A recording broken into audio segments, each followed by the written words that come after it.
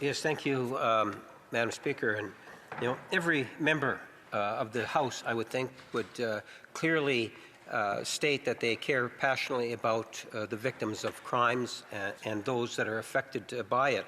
Having said that, the Prime Minister made a commitment to Canadians in the last federal election, not that long ago, Madam Speaker, just a few months back, that we would bring forward bail reform legislation. This is substantial legislation in which stakeholders from every region of the country are very much supportive of. There is an opportunity for us to deliver to Canadians genuine, substantial bail legislation with wide spectrum of support, and if we have an opportunity to pass it into law before the end of the year. It is the Conservatives that are playing politics and putting partisan politics ahead of the interests of Canadians. Will she give a clear indication that the Conservative Party will, in fact, allow for bail reform legislation to pass before the end of the year? The honourable member for Lethbridge. I wish I could say that I'm surprised to hear these comments from the honourable member. Unfortunately, he makes these comments quite often in this case, calling cases like Christine's and Savannah's and Bailey's politics, when in fact those are lives. Those are women who had children, who lived in their communities, who gave back to their communities, who had a vibrant future ahead of them, and unfortunately their lives were taken. Their lives were taken by a violent offender, an ex-partner in two of those cases.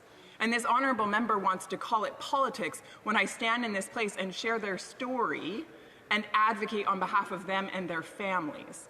I find that shameful. This government could have gone a lot further with Bill C-14. Unfortunately, they didn't, and as a result, we're going to continue to see crime skyrocket in this country and more people become victims. That's sad. Thank you, Madam Speaker. I'll ask my colleague here a similar question that I asked my previous colleague, and that is to do with the statistics from 2019 to 2023, where 1,074 murders were committed by criminals who were out on bail. We don't have numbers for 2024 and 2025 yet.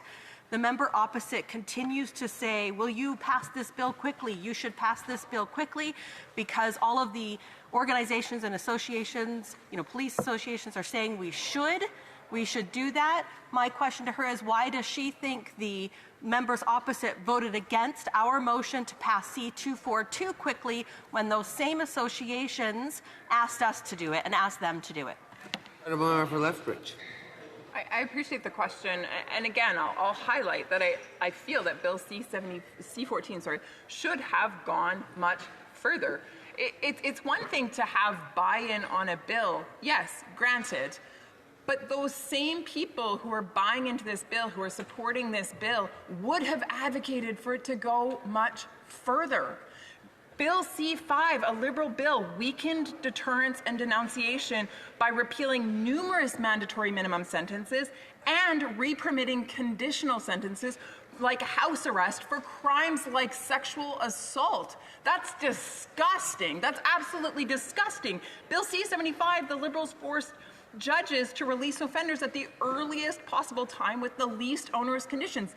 Again, this is why we have individuals who are out on the street able to commit murder within hours of being arrested.